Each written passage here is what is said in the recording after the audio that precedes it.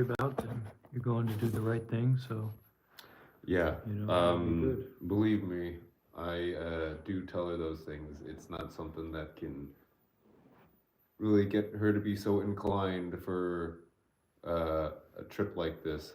Mm. For comfort's sake, I do want to get Some shots. whatever shots that would sustain me for however long. So I'm thinking, you know, I start out with a 6 month visa. No, you get the 1 year visa and then you can stay for 6 months continuously. Or you can go and come out during um, that period for 180 days total. So it's like 180 days within a year. And then you can get a new visa if you need it, or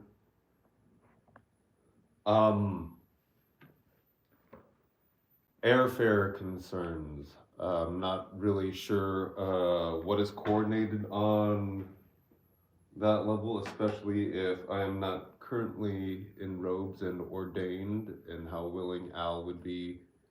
But it's something that I would like to ask if Tabawa would be able to cover flight expenses yeah. that will allow me to fly over to Bodh Gaya, and I could definitely ordain right before flying out too.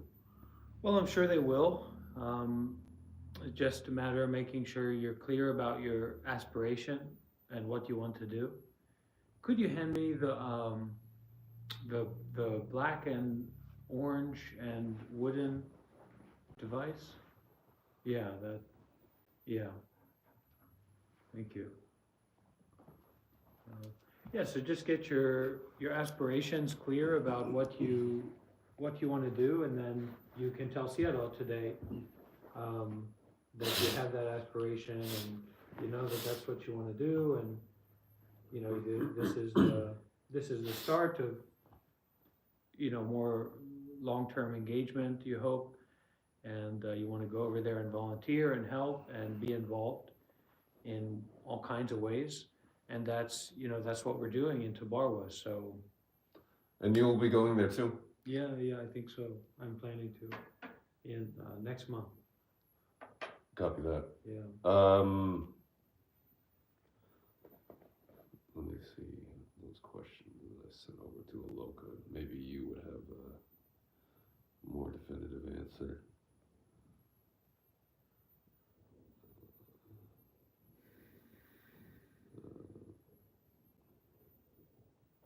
Drinking water is all bottled water.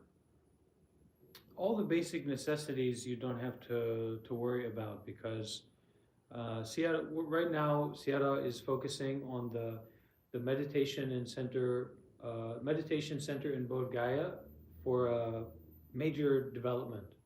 So we having many international people coming, and we'll also be traveling to different regions in India to go and teach meditation, to practice meditation, to open new centers. So there will be a lot of opportunities while we're there. Okay. Yeah. I want to bounce back on what I asked you when we were at the retreat in Vista. I meant to continue along with that question when I mentioned something about languages, and you noted how it wasn't an extreme priority when it comes to maintaining the practice. But what I meant to elaborate on was suttas and Pali, being able to learn from Sayadaw when I am unsure, when you were on travels with him over there in Asia, if he was really conducting a lot of Dhamma talks in Burmese or another language. I don't think English would be the most. Thank you. So would this be like independent study on your own when it came to concerns about suttas and chanting and being familiar with a lot of uh, Buddhist teachings? Um, Well, we are showing up concerned with the Buddha, the Dhamma, and the Sangha. So that might be as a monk or a nun, that might be as a yogi or a volunteer, right? But we're showing up to the meditation center with the group. And from there, we following Sayadaw to put his method into practice. So that is Sayadaw's method already. So we're already getting involved in Sayadaw's meditation method that he's teaching us, which is to do good deeds with mindfulness and detachment for all, continuously. So studying the Dhamma is a good deed. Becoming a monk or a nun is a good deed. Practicing mindfulness and detachment is a good deed, and so on and so forth. Helping each other, collaborating, cooperating, protecting, um, sharing with each other. So that's the main method that you'll be practicing, whether you choose to become a monk for that time or you're a full-time volunteer, but you'll be taking refuge in the Sangha. We all be practicing together in our own ways. In terms of study, you want to do that as much as you can, independently, but emphasizing mostly what we do together, because you'll have the good chance in India to be with the other monks and nuns and to practice meditation seriously, to ask questions and to volunteer, to do different kinds of good deeds. So there's good deeds that you can do that maybe I cannot do because I am teaching meditation or I giving Dhamma talk or I working with someone. So then you can do that. And there are the good deeds that I can do that you cannot do. So I will do that. And then you can listen or follow or support or whatever it might be. And in that way we can support each other. okay. Yeah. And then sometimes we can do together also. But there's a lot of power that we are going into the unknown, or we are going into the beyond, concerned with the Buddha, the Dhamma, and the Sangha. That's what we're doing. And we're taking refuge in the Buddha, the Dhamma, and the Sangha as the raft to get to the other shore. But before we can, start working with that and questioning about that or trying to understand that, we have to get on the raft and we have to go into the unknown. And there's a lot of merit and a lot of blessing in doing that. So you should get, a lot of good success, because a lot of people, I can't tell you how many people there are that just, and all of us at times, we wibble wobble on the path. We're in it, we're off it, we're on it, we're not, we're trying to meditate, we're not.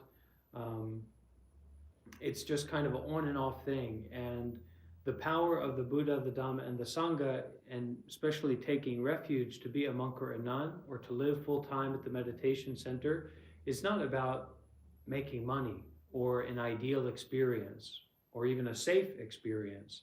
It's actually that we have this chance to practice continuously and not to give up, to go as far as we can go. And that will be according to your blessings, or that will be according to your capacity to do more and more good deeds with mindfulness and detachment. Yeah. And in a place like America, you can try to do that, but the Buddha and the Dhamma and the Sangha, the power is not very strong here. But in Bodh Gaya or in the Buddhist country, the power is very strong. So you can do it for longer and you will be safer to do it.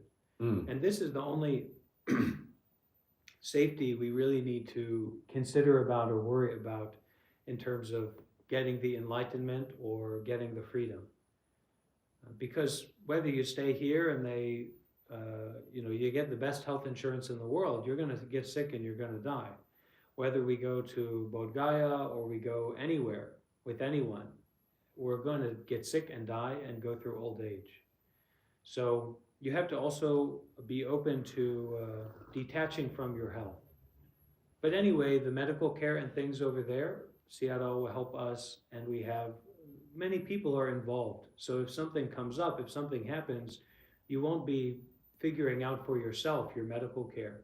The Sangha will figure out, help to figure out your medical care. I understand. Completely. I am doing this in regards to putting my mother at ease before leaving for India. I know we will be engaging in processes and practices that will leave us in the most optimal mindset to really uh, Oh, to get the not be. success, to get the success. The putting ourselves and making the conditions for you to be in the position to get the best position to get as much success as you can get, Right. concerned with your direct relationship or experience of the truth. That is not about someone or something. The truth of no self, the truth of suffering or no suffering, nibbana, the truth of ever new and permanent nature. So we're putting ourselves, me and you, maybe I don't have more experience in a certain situation, but we're both sharing the situation of putting ourselves into that refuge place of the Buddha, the Dhamma, and the Sangha. I can understand that. I can fathom that, but that's not something that is uh, not so readily explainable to my mother. And I understand to really go through and embrace this, it's to detach. But I'm just, it's like a farewell blessing to her that I am doing good regards to Your health and preparations and just things like just that. for the departure. Yeah. But when I'm over there, Yeah. totally going to fall into the unknown. I It's good. am okay with that. I just want to really check boxes for my mom not to be suffering with the thought of Yeah. me in India and not really having her fall into some uh, endangered thinking. Worried about things. Yeah, it's good. That's when I'm here, I hear this high pitched. Can you tell me more about that? I know that it has something to do with the assisted meditation. Well, it does actually. It's quite conducive, but there's this land has a lot of it has a mice community here or a mouse community here. So these sounds the mouse don't like, so they stay away. Ah, But if we can be mindful of that sound and we can detach from it, that's very useful practice. Yeah. Also has some effect to keep away the spirit, the negative spirit or the negative energy. Because the negative energy, they're very easy to get annoyed by things and they don't like to stay around with the annoyances. So they will Sure. stay distant. For the mice, maybe I don't mind them so much, but I'm not a householder. I'm not an owner of any property, so I have a different mindset about little, creatures going around and eating things or defecating, etc. so I'm plugged into the Big Bear Sangha group and watching the other Bantes, and looks like they've been going out to do alms. Uh, same monks that we spent the retreats with. Uh, but you choose not to participate.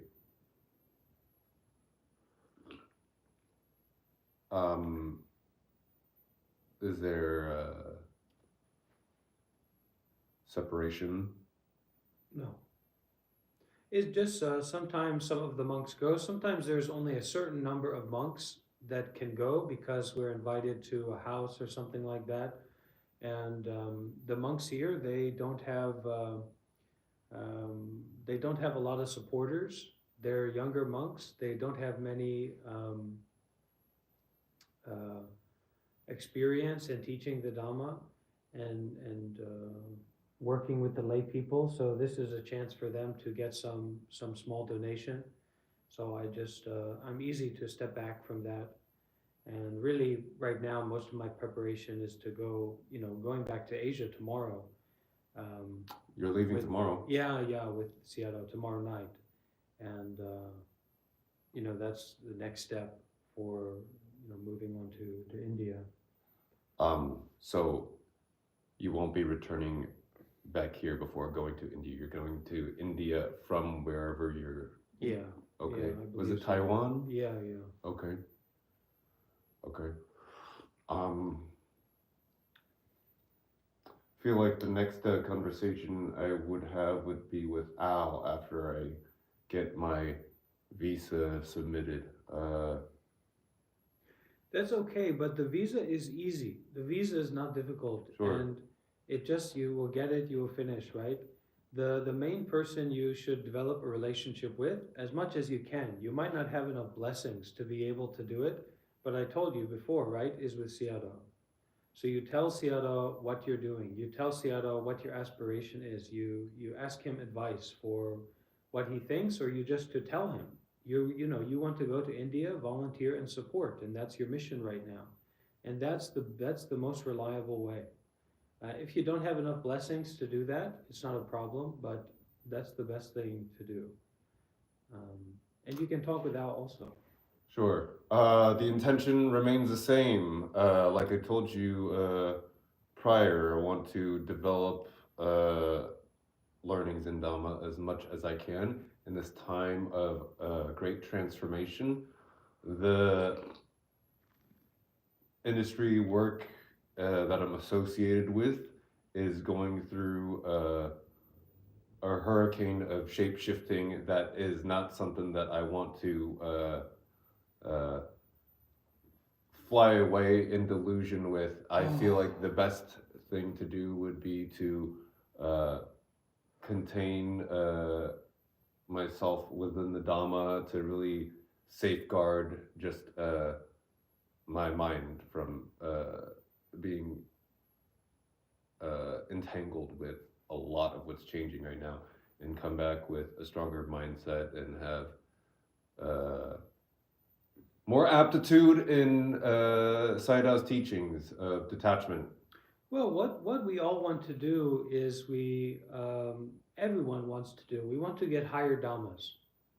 So that means that we have a skill base that is more practical and more relevant to reality and getting what we want, getting our wish, right? And so not everyone has such a high wish, like they want to get the enlightenment, they want to give up everything in their life. But whatever is their wish, if they can improve their dhammas, then they are much more likely to get what they want, right? If they can meditate seriously, that is the best way to improve our dhammas. If we're doing with mindfulness and detachment, concerned with the real Buddha, the real Dhamma, the real Sangha, then we get to another level of practice and another level of human experience where we are more free to get what we want in the world. And this is mostly established on our virtue, our goodness, because your dhammas can only get so high when you aren't taking care of your mental, verbal, physical actions. And so becoming a monk or a nun, it helps us to be regulated Regulated. in terms of what we do, yeah. Couldn't have selected a better word. So I want to see how I can present that case to Sayadaw. But you don't have to convince Sayadaw of anything, because we are looking for the good people who want to come and volunteer. This is kind of the American problem, is that we think that we have to apply to do good deeds, You don't have to apply to do good deeds. You don't even have to apply to be a monk or a nun. That just needs to be your aspiration or your wish. And then you do it. And the Buddha, the Dhamma, and the Sangha is to meet you where you are and support you to do good deeds, to practice generosity, to practice virtue, to cultivate, and to support you in doing that, period. So there's no convincing that you need to do. Just so you know, we're happy to have more people coming on board to practice more, to do good deeds more, and, to help others. Because it's not about this group or these people, it's about the others, the needs of the others, which are limitless. So that gives us a limitless opportunity or a limitless chance for an inspired life of making blessings. Thank you. Yeah. Will Sayadaw be, since you're leaving tomorrow, Sayadaw is leaving tomorrow too. I'm he won't really be happy returning? because I'll tell you about this. I just gotta dump out this stuff. Sure. Actually, my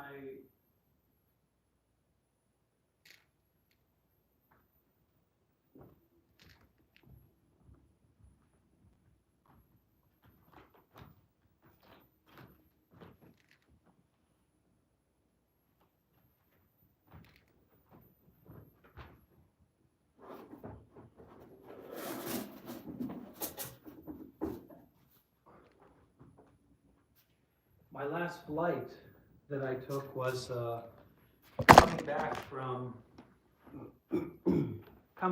from India, and so I had to fly from I don't know where it was, New Delhi or Mumbai or something, to London. And my flight from London to California, it was the worst flight of my life. It was a lot, like almost continuous turbulence. It was Virgin Atlantic, and the pilot, I guess, was like, how they say to break through the turbulence, like full throttle to get through the stormy weather, right? So I guess he was doing that, and I mean, just the whole thing was turbulent the whole time, and then you could hear the speed outside. And it was, I don't know how much you've flown, but usually when you're at a high elevation, there's not so much turbulence. There's not supposed to be so much turbulence, but we were at this high elevation and there was just so much turbulence and I was really fearful. I mean, it was a really scary flight. So now, taking this big flight back over to Asia, with Sayadaw, I'm very grateful because I have a lot of faith in Sayadaw. As an enlightened teacher. And so, if that plane goes down, I get to go down with my faith in the truth, alone, together with the Buddha, the Dhamma, and the Sangha, and my teacher. So having that faith is really powerful, right? To get through fear. Because life and death are going to happen anyway. And that's what a lot of people are stuck on, this notion of like, well, I've got some health concerns, I've got, some things I want to take care of. That's fine, but somehow we have to break through that. And we don't break through that with like trying to get through what we're going through. We break through that with faith in impermanence. Sounds faith, like they returned. Sorry. Faith in the Buddha, the Dhamma, and the Sangha, or the realized teachers, the monks and nuns. And then we don't have to think so much about our own understanding. Because your own understanding is already there. Your own capacity and capability to understand and navigate, right? So you don't have to like think about that to use it. You actually have to know how to detach from it so that it doesn't use you. And faith actually helps us to see more clearly. It's only when we're told to reject something instead of to detach from something that we lose clarity of vision. So don't reject anything. Don't reject your life. Just abandon it in this moment. And now you see completely clearly. There's nothing that I want from you in that. And in that, there's also nothing that you can really want for me, because it's just an opening up of clarity, and then when we are like that more often, we, it's very convenient to be in the community and in the environment that supports us to sustain that. Because it can be very jarring, at the beginning. This shift in approach and this shift in perspective.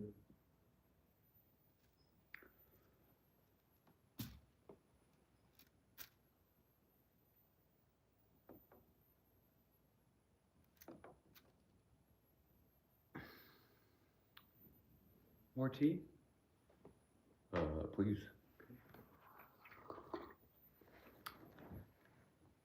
And so, when do you both fly tomorrow? What time? Tomorrow in the evening. Okay.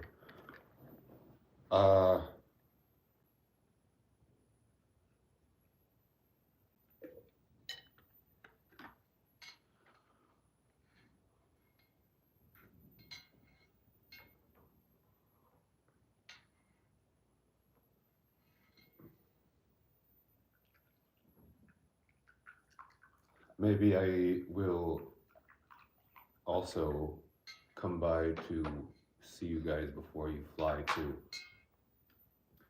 Yeah, I think we'll be here until we leave. Great. It'd always be best to speak with Side Out directly, Yeah. especially for an undertaking like this. Well, for you, it's new, but for Seattle and for the Sangha, it's usual.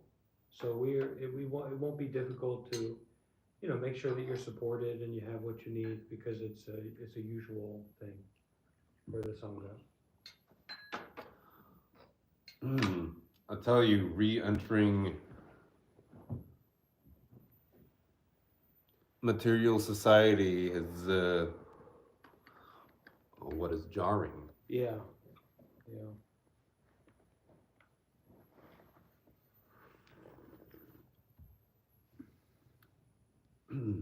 Well, as much as I can, I try to stay out of it. I go into it to do my work, my doing good deeds, sharing the Dhamma, and then I want to go back to the forest or go back to my dwelling place.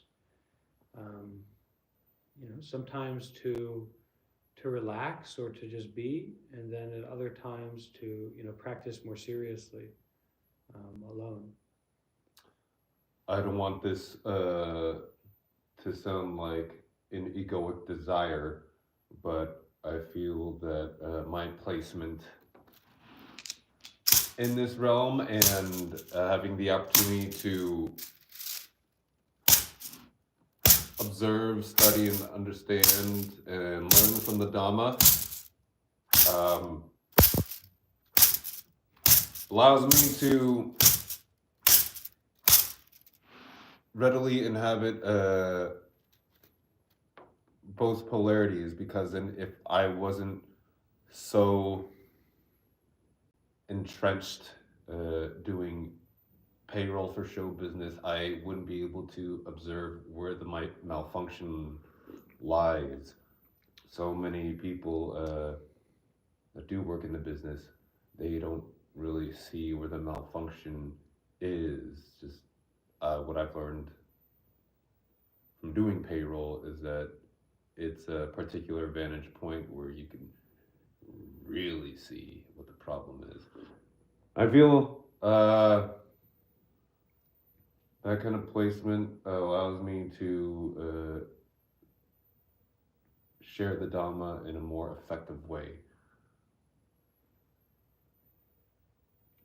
Not saying trying to cling on to an egoic value, but I do see something. Well, what a lot of what we offer is based in presence, so it's presence-based teachings, and that goes with listening, or just being present to listen to everything, and then giving.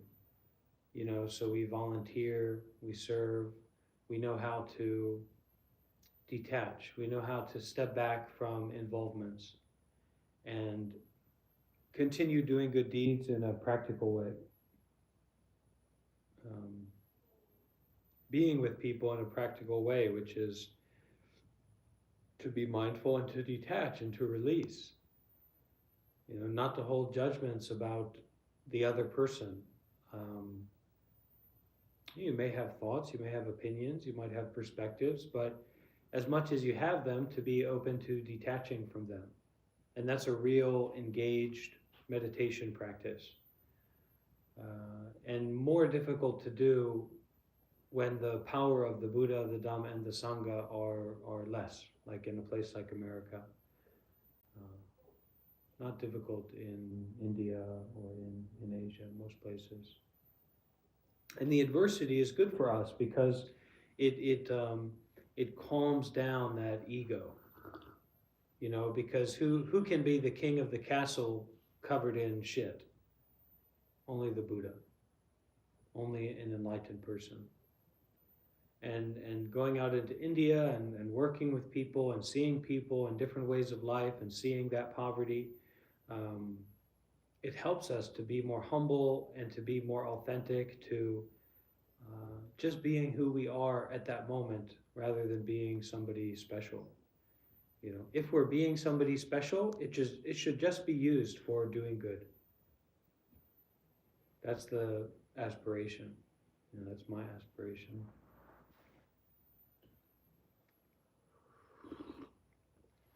I going to spend the remainder of Merry Christmas. However you receive a day like this. I know it's Christmas time, all right. I released a song today. Buddha as Santa. Yeah, you want to hear the song? Sure. Come on, everybody. Who wants to hear Buddha as Santa, the newest release from Bhante Warapanyo from Tabarwa Studios here in Los Angeles, California? Let's hear it. Let me go get my phone. Let's hear it. Yeah, I think it's a hit. I think it's really got something special.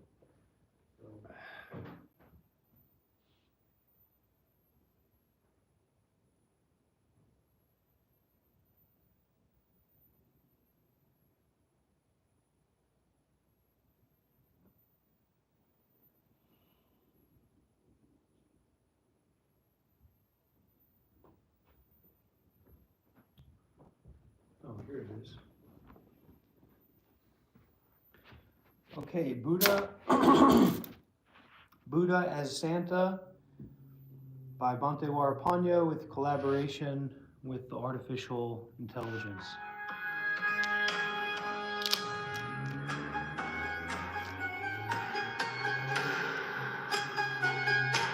It's a real dancing kind of song.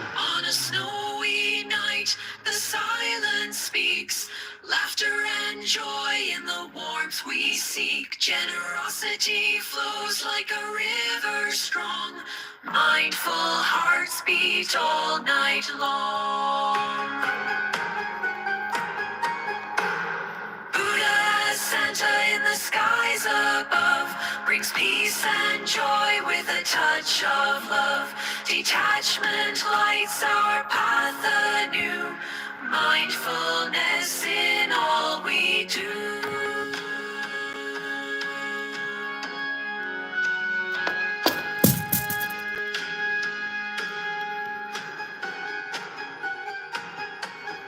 Give with open hands, detach from greed. The virtues of life are what we need. Chanting echoes, a drum beats grace. In this moment, find your place.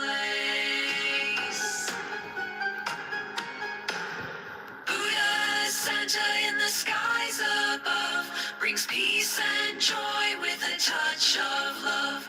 Detachment lights our path anew. Mindfulness in all we do.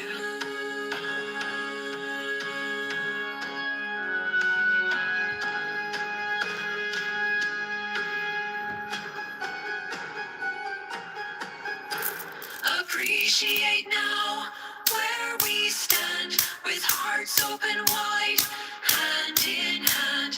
A Merry Christmas, a year that's bright, in peace and love. Will unite.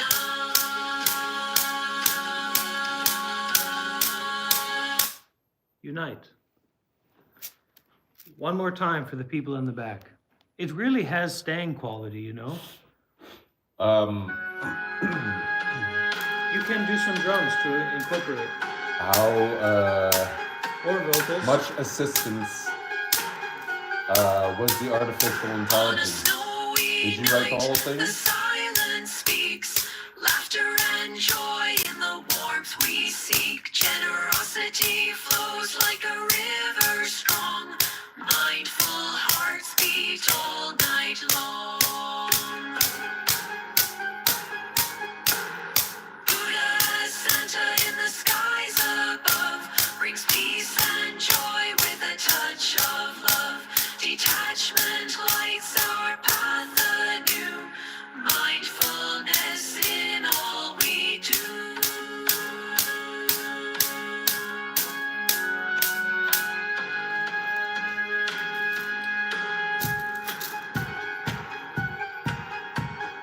Give with open hands, detach from greed. The virtues of life are what we need. Chanting echoes, a drum beats grace. In this moment, find your place. Buddha, Santa in the skies above, brings peace and joy with a touch of love. Detachment lights our path anew, mindfulness in all we do.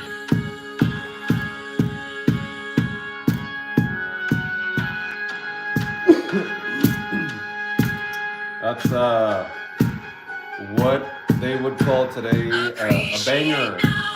You should choose to distribute it or promote it.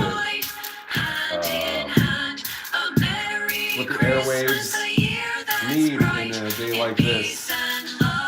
Considering the music industry,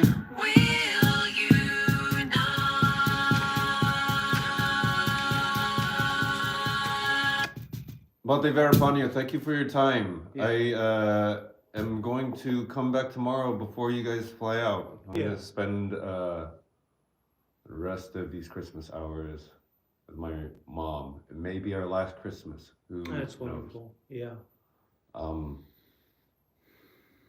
But yeah, this whole Yuletide period since the retreat has been really been treating it like a farewell vibration. Not in the sense that I'm going to be gone for good, but to make the detachment much more viable within myself, to really exist as the days go on. Because then, I don't know what kind of news you plug into. I am detached from whatever develops, because then it's the most wild things you would hear on a real-time basis. But then I'm also observing how so many people choose to I wouldn't call it the mindfulness detachment, but detachment in a way where they try not to fuse it with their own consciousness, but at the same time doesn't really enable them to take the mindful steps to really ease and undo the suffering that is going on. It just really perpetuates it from going to keep going forward. Yeah, it's very insightful, and we're working to get in a position where we're kind of in a winter storm, but we're in a winter storm in a hot spring swamp. So the hot spring is swampy and dirty and mucky, and outside the weather is freezing cold. And at that moment, that's all we have. So we can't say that the swamp is not dirty and mucky, and we can't say that the sky above or the environment is not freezing cold. And yet we are taking refuge in the warmth. And that's really the mindfulness and detachment point. So it's not about feeling pleasurable, it's not about getting what we want, but how much we can give up, give away, let go of, detach from, and appreciate the warmth of the way that it already is, which is the warmth within our hearts. Um, Especially during this Christmas season, there is suffering, but there's also an end of suffering, and we have to hold those two truths together and walk the path from one to another. Um, as much as we can't, realize that freedom or that enlightenment, we have to walk the path from the suffering to the freedom. Couldn't have said it better myself. Yeah. Okay, go enjoy Christmas, and I have a Christmas gift for you. Get out of here. I didn't bring any gifts for you. No. And this is the one right here. Yeah, here. Thank you. Yeah. Rain, I like that. Okay. So travel safely, and I'll see you soon. Yeah. Use the bathroom really quick. Please feel free. Do you know when the others will return? I don't know.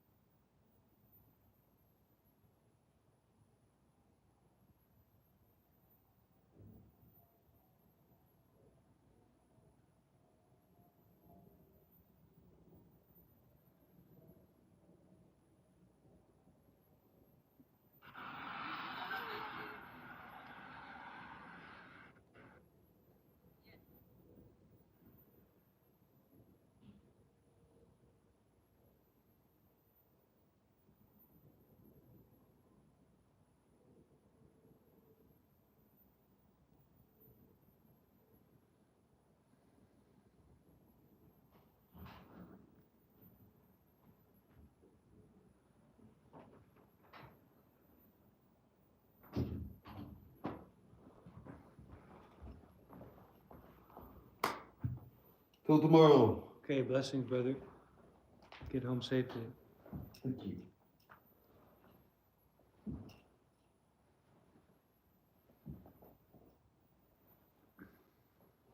Don't know if Al comes here, Yeah. but if you run into him, tell him that I will be around tomorrow, and hopefully we can talk about the next steps. All right. Be well. You too.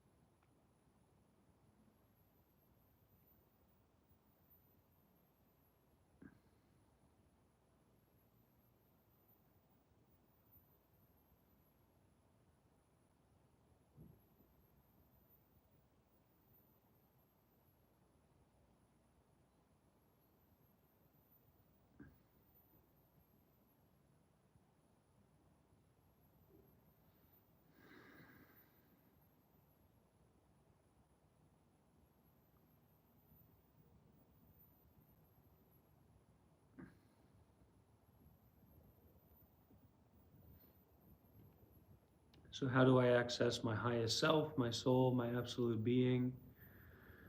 How do I remember who I really am and connect with the spiritual world? Well, you have to stop trying to get something. And from there, you have to start giving. And from there, you have to stop doing the wrong thing. things, concerned with your mental, physical, and verbal conduct, which means the activities that bring about suffering and the activities that reduce or end suffering. Then you need to start getting interested in cultivation or meditation training, ideally under the guidance of a teacher, or at least under the influence of Dhamma talks from meditation wisdom masters from established lineages and traditions in Buddhism. Sadhguru also seems nice.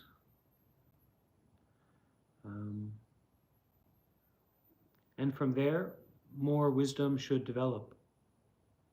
There is the classical spiritual trope about finding a teacher, but it's more that a teacher finds you. So until then, you have to be preparing yourself and doing your very best, because most people are not in a position to actually be taught, even though they think that they are. So we have to humble ourselves and practice according to what I described, and take as a main interest to practice according to those points and to understand them better as much as you can on your own. That seems to be the path from where I'm sitting.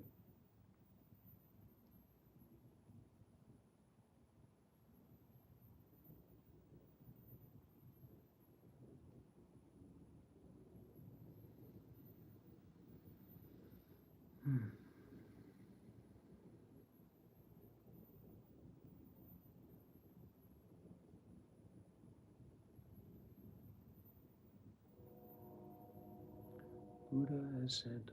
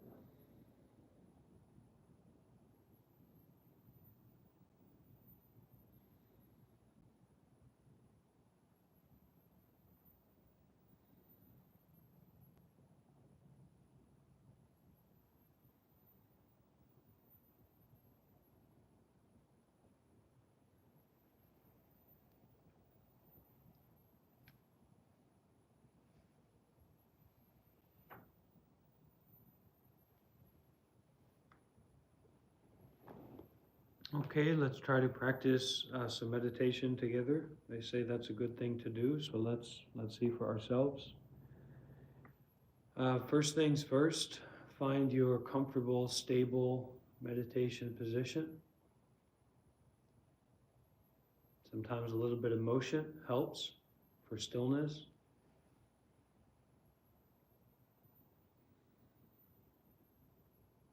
Naturally become aware of the breathing. Start to relax the whole body and mind, being mindful of any sensation in the body and any aspect of your experience. Be aware of that.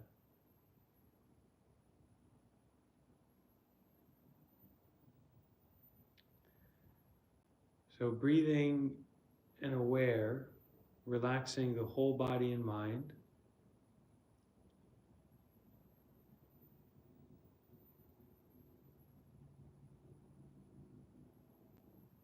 We can offer some kindness to the whole body and mind with our breathing.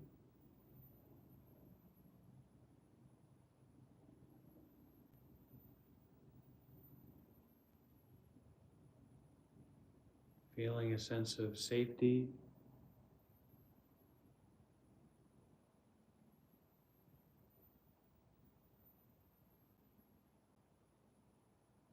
feeling the gravity on the body.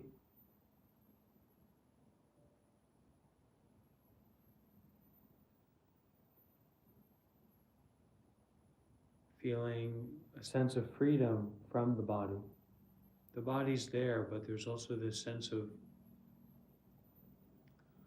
not being stuck in or on the body. The very subtle, gentle sense of freedom from the body.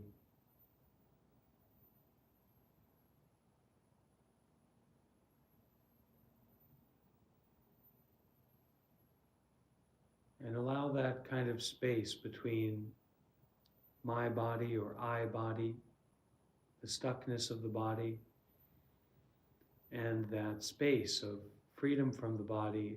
Allow that space of the freedom of the body, from the body, to kind of be this gravity of mindful kindness towards the whole body and mind. Let the face relax. Eyes, ears, nose, tongue, body, mind, relax.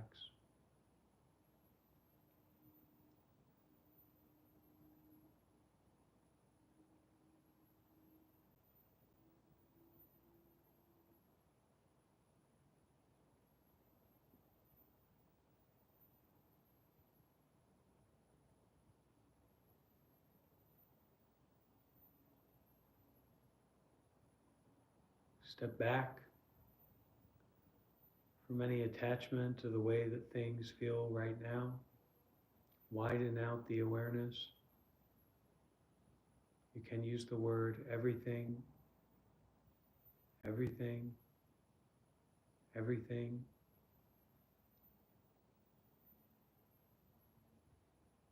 Relaxing whole body and mind with clarity and presence.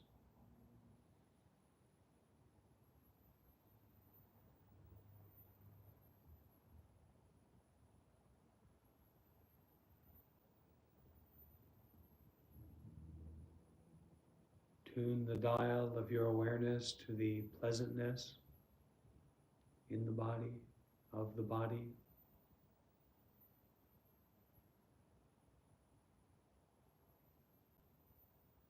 Feel a true sense of safety in the mind. Connect that sense of safety in the mind with the feeling of pleasantness in the body.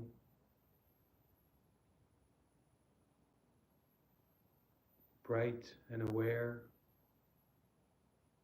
with a pleasant body and a mind of safety. Widening out, brightening out even more.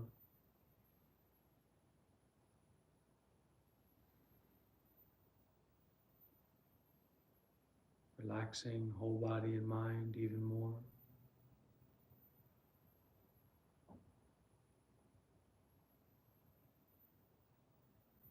We may notice a fear response or tension response. And in that noticing, notice the freedom from fear. Notice the freedom from tension. Notice the freedom from anxiousness.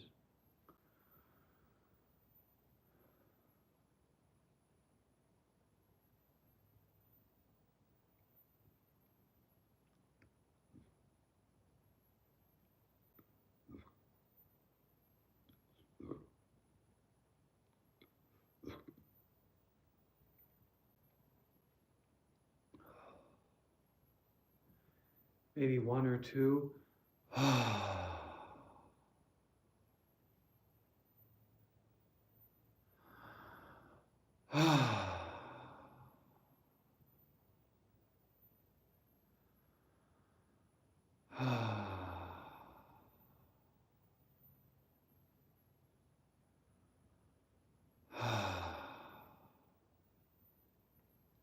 Step back.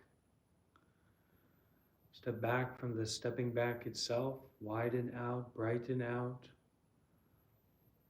Presence of clarity and peacefulness of the body and mind.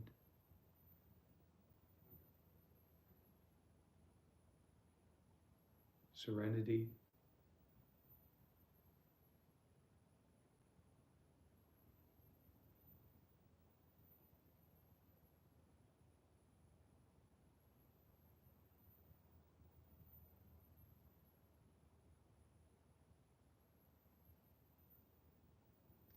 We may use this time to say a few words to our inner child.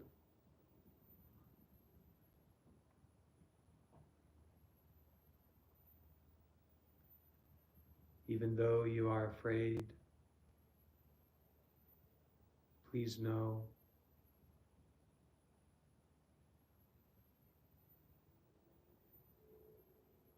that fear cannot defeat you.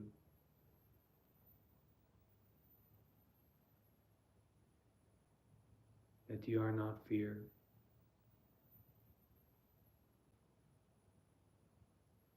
That you are safe. That you are free.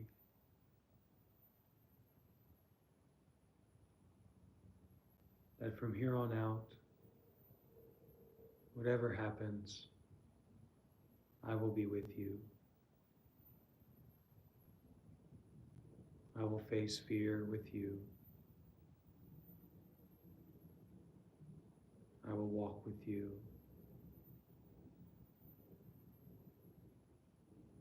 I will breathe with you.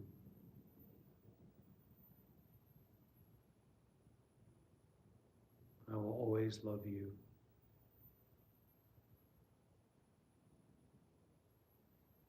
I will always forgive you.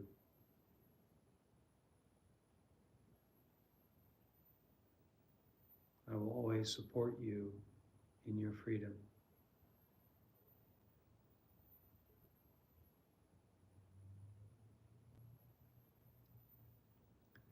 Clearing out and widening out, brightening out, we can use the words everything, everything, everything. Aware, cleared out, brightened out, shining out.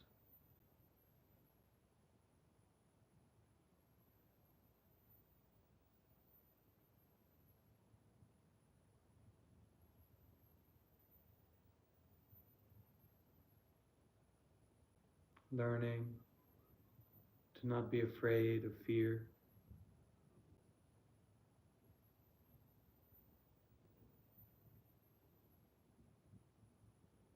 Learning to be free from thinking.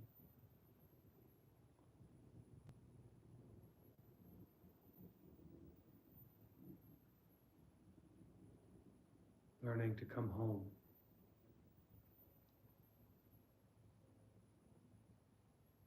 To be home.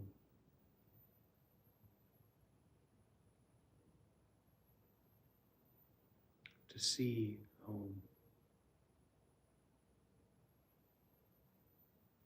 to hear home, to breathe home.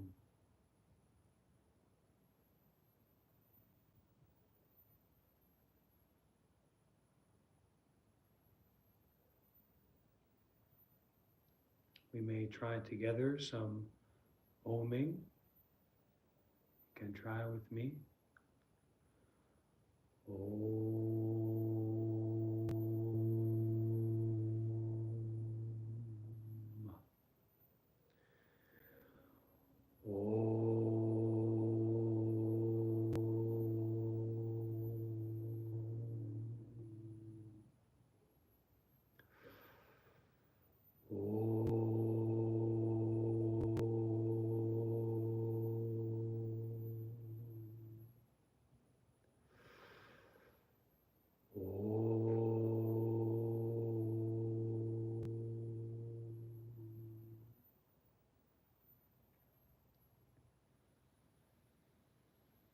Coming back to mindfulness of breathing, relaxing and releasing whole body and mind.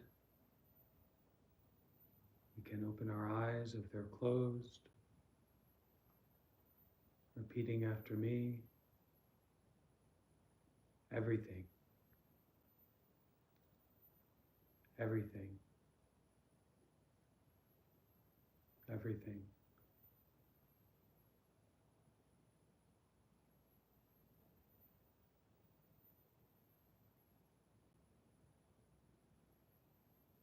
Let the doors of perception open, the eyes open, the ears open, the heart open, the body, mind open to everything.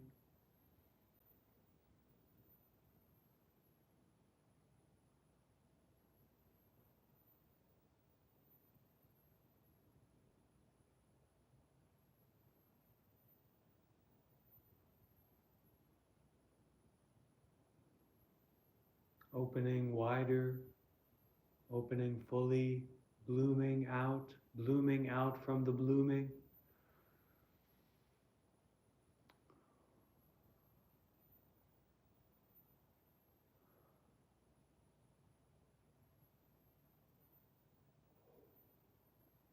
Relax the jaw.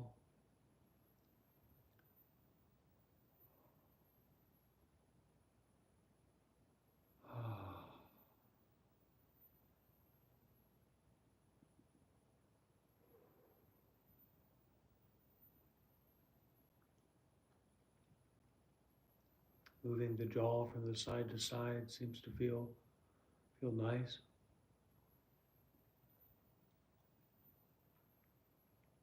Widening out, brightening out. Everything, everything, everything.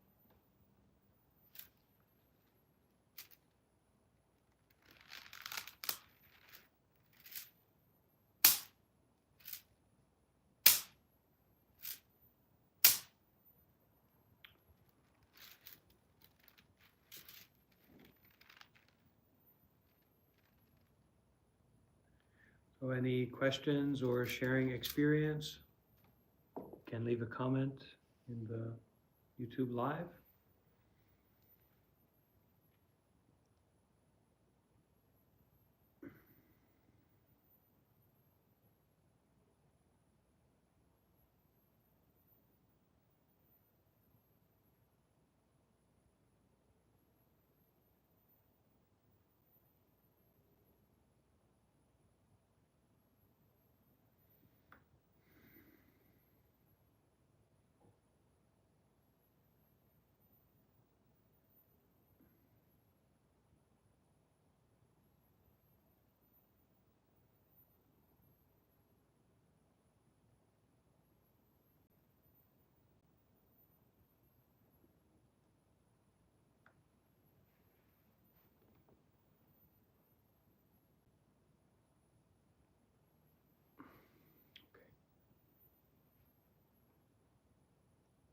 Sadhu, sadhu, sadhu. Be blessed. Enjoy the rest of your Christmas. Well, we should probably listen to that song one more time, shouldn't we?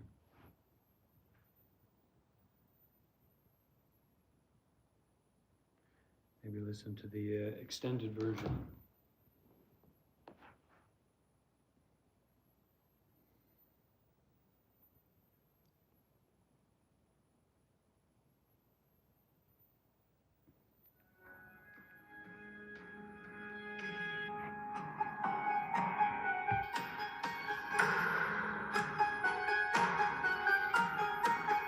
On a snowy night, the silence speaks.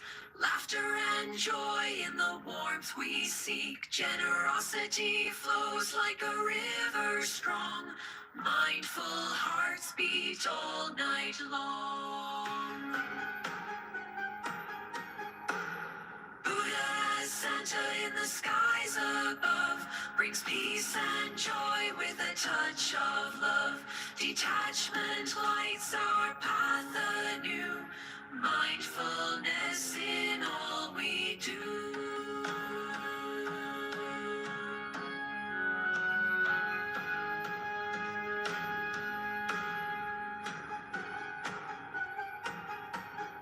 Give with open hands, detach from greed. The virtues of life are what we need.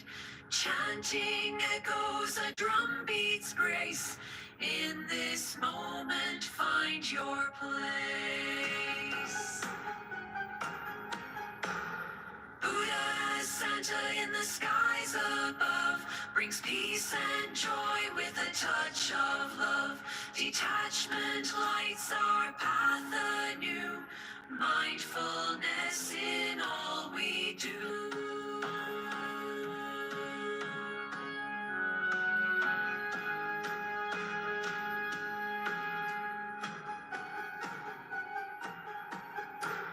Appreciate now where we stand with hearts open wide, hand in hand.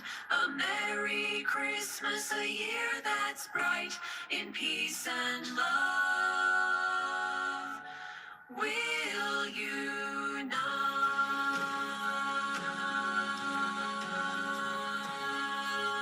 Gather round, let the bells chime clear. In the stillness of night, our truths appear. Giving freely with hearts aglow. Kindness is the seed we sow. Buddha as Santa in the cosmic dance. A merry tune of life's grand chants. Mindfulness unwrapped like morning's light. In presence we find delight.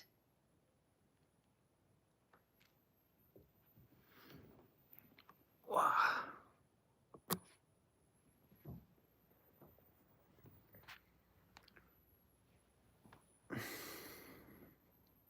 Okay. Yeah, so don't reject anything, but make sure